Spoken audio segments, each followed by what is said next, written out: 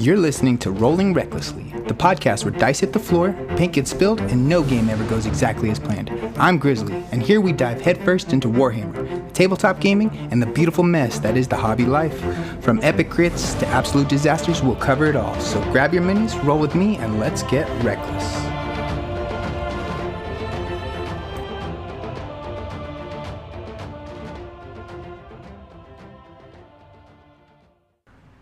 Hey everyone, welcome back to Rolling Recklessly. This is episode 1.5, a little bonus lore dive while Jesse is out this week. I didn't want to leave you all hanging, so I thought we'd take some time to explore the foundations of Age of Sigmar. Today we'll cover the End Times, the Age of Myth, and the Age of Chaos. The story of how we got from the destruction from the old world to the birth of the mortal realms. Think of it as a prequel episode to set the stage for everything that follows. Alright. Let's start from the end, literally. The Warhammer world didn't just fade out quietly. It collapsed into fire, chaos, and betrayal. We call it the End Times. The driving force was Archaon, the Ever-Chosen, champion of chaos. He unleashed a ritual beneath Middenheim that split the world apart, flooding it with uncontrolled chaos magic. His armies devastated across the old world, Ulthuan, Lustria, and the Empire, leaving no sanctuary. And while Archaon led the charge, there was another, often overlooked hand pulling the strings in the shadows, the Skaven. The Skaven didn't single-handedly cause the End Times, but they were a major contributing factor. Their action didn't just add to the destruction, they accelerated and compounded it. Pulling the moon closer, the Skaven manipulated the moon Morrslieb with warpstone, dragging it closer to the world. This rained down warpstone meteors, destabilizing the planet and disrupted the lizardmen's ability to foresee and prepare against the demonic invasions. Assault on the Empire. As chaos surged, the Skaven launched a massive invasion of the Empire. They overwhelmed defenses, infested cities, and consumed the entire provinces in a tide of plague and blades, conquering the lizardmen. In the south, the Skaven launched a full-scale war against the lizardmen, ultimately destroying Lustria, shattering one of the strongest bastions of order. Alliances with Archaon. Perhaps the most damning, the Skaven eventually allied with Archaon himself. They weren't just opportunists anymore, they became active participants in the apocalypse, joining the final battles that brought the world to its knees. The Horned Rat ascends. All of this culminating in the ascension of the great Horned Rat. The Skaven's god rose to join the Pantheon of the ruinous powers, cementing their roles as not just scavengers, but as architects of chaos. So while chaos was the hammer that smashed the old world, the Skaven were the termites in the wood, gnawing, undermining, and ensuring that when the hammer finally struck, the world shattered completely. The result was annihilation. The old world cracked and was unmade, but from its fragments drifting through the void, something new took shape, the mortal realms. Each realm was born from the winds of magic, the very forces that coursed through the world that was. And clinging to one of those fragments, preserved against the darkness, was Sigmar himself, ready to begin the next age. The game Warhammer Fantasy takes place in the world that was, and is origins of many of the heroes and the gods in Age of Sigmar. From the shattered fragments of the old world came something entirely new, the mortal realms. Each realm was vast, magical, and infinite, formed around the winds of magic that once flowed through the world that was. Sigmar, still clinging to the core of malice, was adrift in a void when he was discovered by Dracothian, the great celestial star drake and god beast. Dracothian guided him to the mortal realms, showing him their boundless potential. This was the dawn of the Age of Myth. In this golden age, civilizations flourished. Humans, elves, dwarden, and countless others spread across the realms. Cities rose, knowledge and trade expanded. The promise of peace felt real for the first time since the End Times. But Sigmar didn't build this age alone.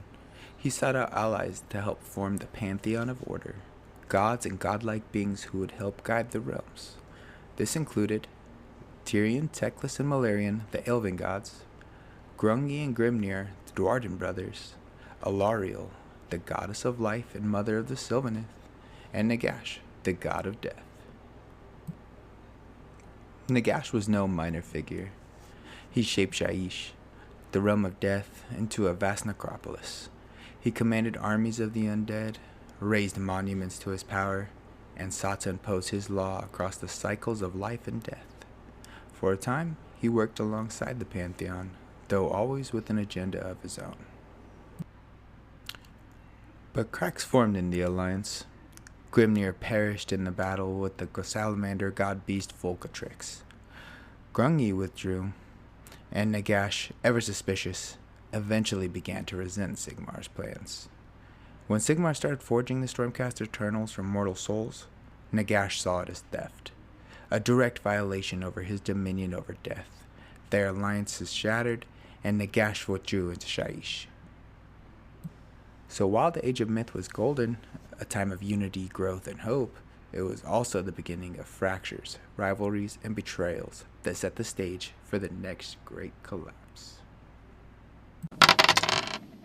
Out of that golden age came darkness. The forces of chaos had never truly gone away. They had only been banished beyond the veil. And when the Realmgates were rediscovered and opened, chaos found its way back in. At first, it was whispers, cults, and small demonic incursions, but it spread fast. The Realmgates became highways for demonic armies, and soon full legions poured into the realms. The Pantheon of Order, already fractured, could not hold them back. Nagash, consumed by his own ambitions, refused to aid Sigmar. Tyrion and Teclis pursued their own agendas. Malerion withdrew into Olgu, the realm of shadows. The unity that had defined the Age of Myth collapsed just when the realm needed it most. Thus began the Age of Chaos. Empire after empire was consumed. Entire realms were drowned in blood and demonic fire. Mortals were enslaved and or sacrificed. For centuries, the mortal realms were little more than hunting grounds for the ruinous powers. In Sigmar, he fought as long as he could, wielding Galmaraz and leading his armies across the countless battlefields. But even the God King could not withstand the endless tide.